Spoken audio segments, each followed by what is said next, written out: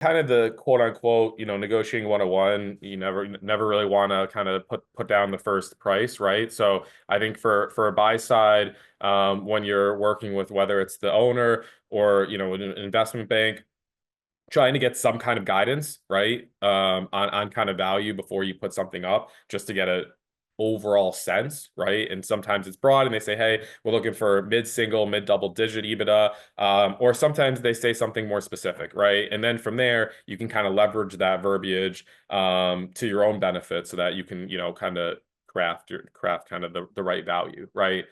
So that's I would say probably one of the most important parts. And then, being upfront, I think, and a buyer in terms of whether or not you need financing, diligence timing. Some buyers say, hey, we can close in 45, 60 days, or we never retrade, and then they retrade and you kind of lose a lot of trust. So it sounds cliche, but just being open and thoughtful on kind of what you say and how your process works on the buy side, it can be very beneficial, right? Not for just that deal, but just for the overall relationship for other deals if you work with these parties down the road.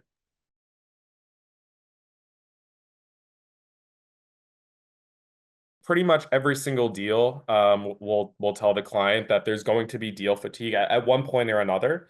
And again, when that does happen, we kind of joke, right, and say that we're part-time M&A advisors and part-time psychiatrists, right, because we help support them throughout. And I think honestly, it's truly, and it sounds simple, but it's truly being there and being kind of that thought partner when those things happen, right? So whether it's small or big, at the time this client has, potentially built this business for 20, 25 years, and they think something's falling apart. And this is after a month or 2 months of diligence, and they're exhausted.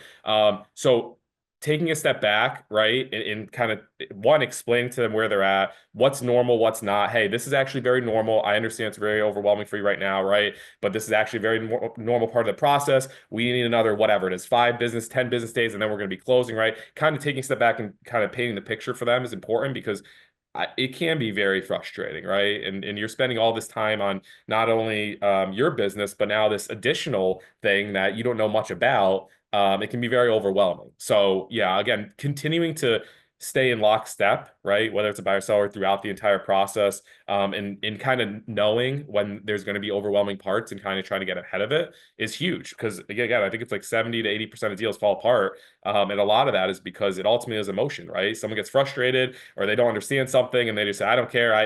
They're trying to screw me and that's it. And then it falls apart and it didn't need to, right? So I think someone really being a part the whole time, which is important because again, a lot of folks, they sign an LOI and they kind of say, all right, good luck. We'll see you at purchase agreement or sign. And again, because we don't take a huge success fee, right? And we charge hourly and we're there the whole time, it creates a much higher success rate for us and close rate.